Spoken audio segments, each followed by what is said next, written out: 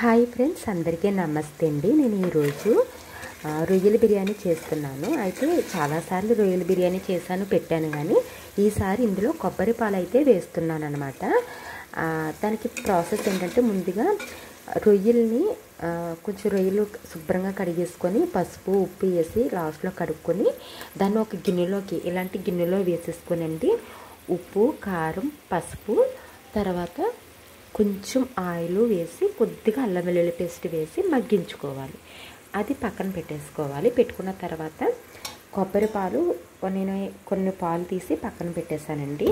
తర్వాత ఒక గిన్నె పెట్టుకొని కుక్కర్ గిన్నె ఆయిల్ వేసేసుకున్నాను. ఆయిల్ కొంచెం నెయ్యి కొంచెం వేసేసుకొని అందులో మసాలా దినుసులన్నీ వేసాను.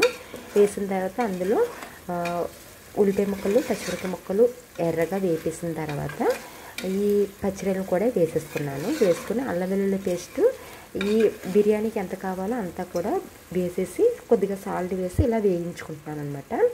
ఇప్పుడు మనము కొద్దిగా కొబ్బరి పాలు వేస్తే బాగుంటాయని మా మేనత్త చెప్పారనమాట అండి. అందుకని ఈసారి ట్రై చేస్తున్నాను. ఎలా వస్తుందో నాకు కూడా తెలియదు, చూద్దాము. అదే నేను ఎప్పుడు ఈ టైప్లో చేయలేదు కాబట్టి మీకు వీడియో చేసి చూపిస్తున్నాను అనమాట. ఇప్పుడు ఈ గ్లాస్తో దీంతో దిండు తీసుకున్నాను కదండి బియ్యము, దీంతోనే 2 వాటర్ అయితే వేస్తాను అనమాట. కొంచెం కొబ్బరి పాలు, మిగతావి వాటర్ వేసేస్తాను. ఇప్పుడు వాటర్ అయితే వేసేసుకున్నానండి. వాటర్ వేసేసుకున్న తర్వాత నేను బియ్యం కూడా వేసేసుకుంటున్నాను.